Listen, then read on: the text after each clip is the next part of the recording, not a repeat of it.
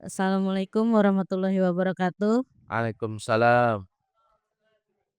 Pak Ustadz, saya ingin bertanya, mungkin agak lewat dari pembahasan kita. Tadi kan sempat dibahas tentang, eee, istri Nabi Nuh dan Nabi Nuh, serta Firaun dan Siti Asyah. Eee, Kalau dijelaskan di situ kan, eee 2 tokoh ini sebagai kita bisa buat tolak ukur untuk, pertimbangan untuk mempertahankan rumah tangga. Namun kalau yang saya tahu, cerita Firaun dan Siti Asyah kan, Firaun sangat cinta dengan istrinya. Jadi faktor kekafiran atau kekerasan Firaun itu ke, ranah eksternal bukan internal, si istri. Begitupun dengan Nabi Nuh, yang apa, kalau untuk segi rasa cinta itu mereka saling mencintai gitu.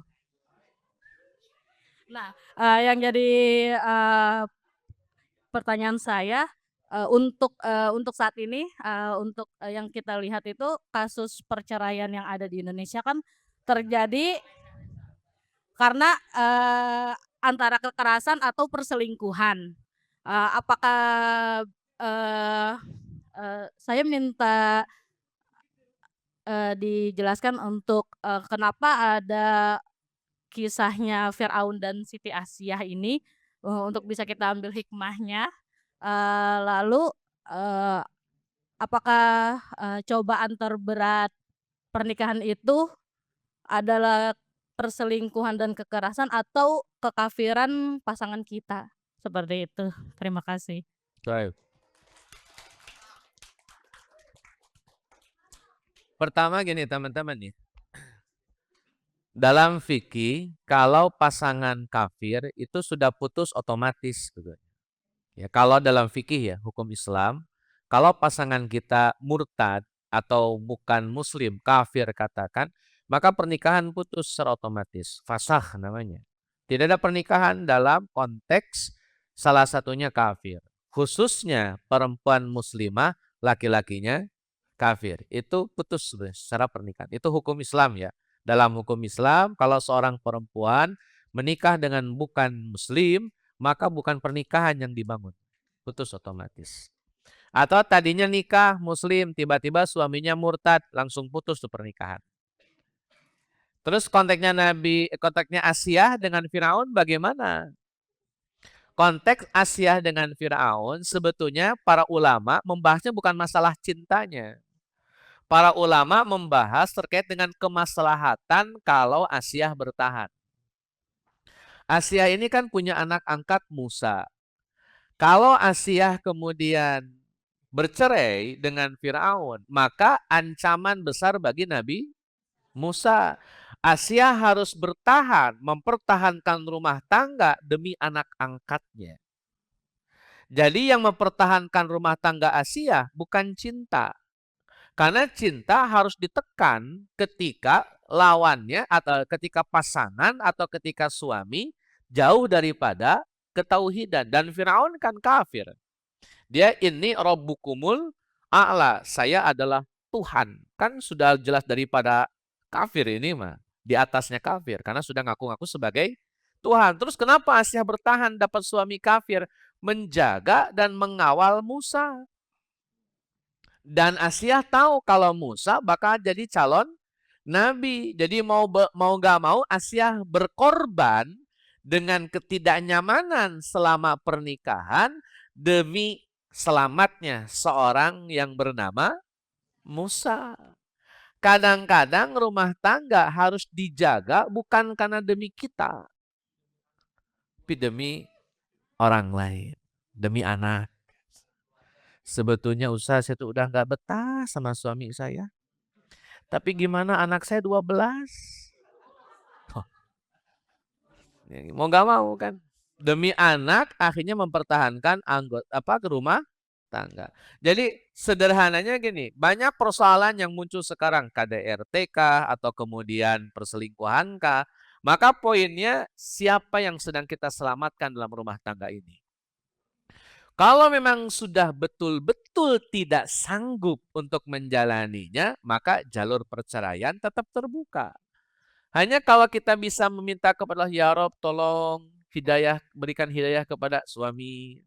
Tolong berikan hidayah kepada istri. Tolong rubahlah mereka, ya muqallibal qulub, ya pembolak-balik hati, tolong rubahlah." Kalau proses itu masih bisa dijangkau, kenapa tidak? Kecuali kalau Ustaz ini sudah mentok, deadlock, udah nggak bisa diapa-apain. Selesai. Maka jalur perceraian tetap terbuka dan tetap bisa dijadikan sebagai solusi. Dengan catatan tidak ada alternatif solusi yang lain. Maka pintu emergensi terakhir adalah perceraian. Sah-sah saja, toh itu kan halal.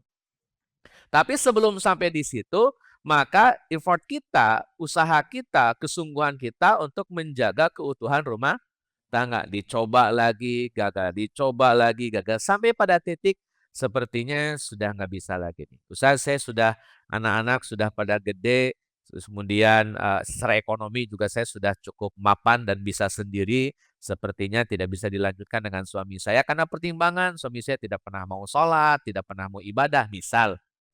Berubah tidak kunjung berubah, hidayah tidak kunjung datang, akhirnya saya putusin minta cerai. Sah-sah saja. Kalau memang itu solusi yang terakhir. Tapi saran saya, sebisa mungkin ada hal yang membuat kita bertahan dan alasan itu adalah demi kemaslahatan. Asia bertahan demi kemaslahatan Musa alaihis salam.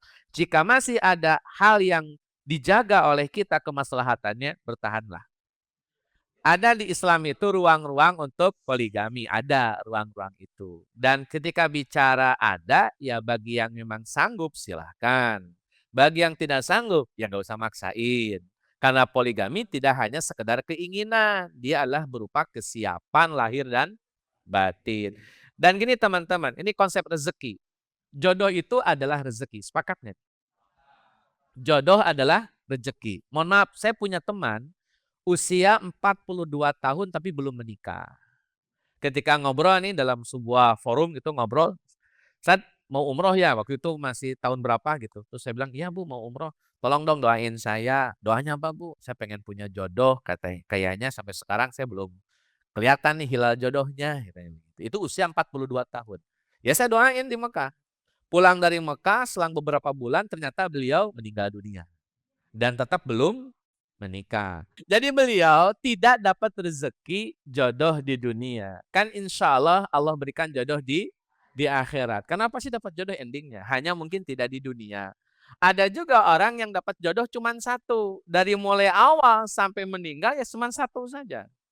Ada yang punya jodoh satu tapi berkali-kali dan ganti-ganti.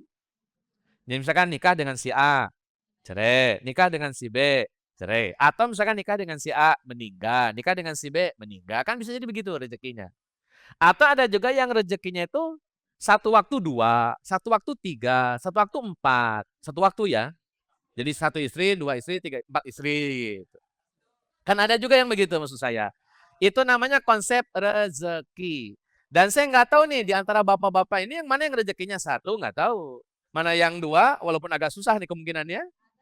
Tapi saya nggak tahu. Jadi prinsipnya bahwa poligami ada gitu.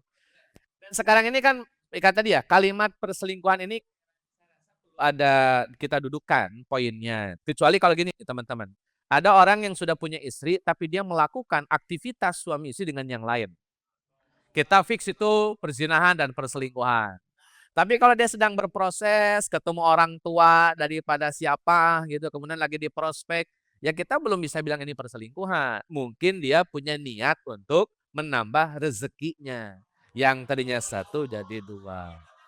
Jadi poinnya itu masalah rezeki. Ada yang rezekinya satu, dua, tiga. Ada yang rezekinya satu, meninggal diganti lagi satu. Ya semuanya punya rezekinya masing-masing.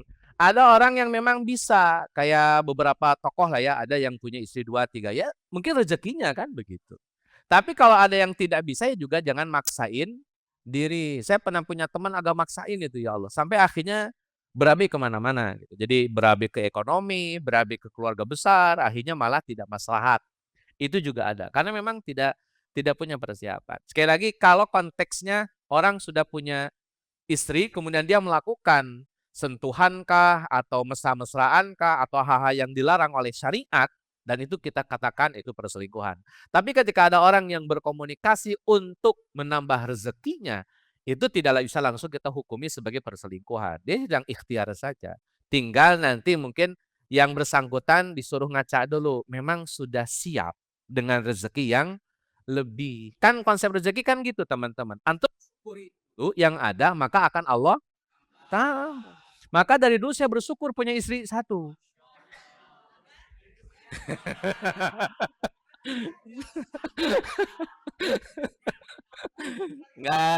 Enggak gitulah ya. Bersyukur bahwa kita punya nikmat supaya Allah tambah kenikmatan tersebut. Kan harus nambahnya nikmatannya Allah tambah makin sayang, makin harmonis, makin romantis, makin gimana lah gitu. Itu kan bisa saja ke arah ke situ. Jadi kembali ke pertanyaan, kalau sudah KDRT saya sepakat ya. KDRT itu tidak bisa dimaafkan ya. Kalau sudah main pukul, main apa sudah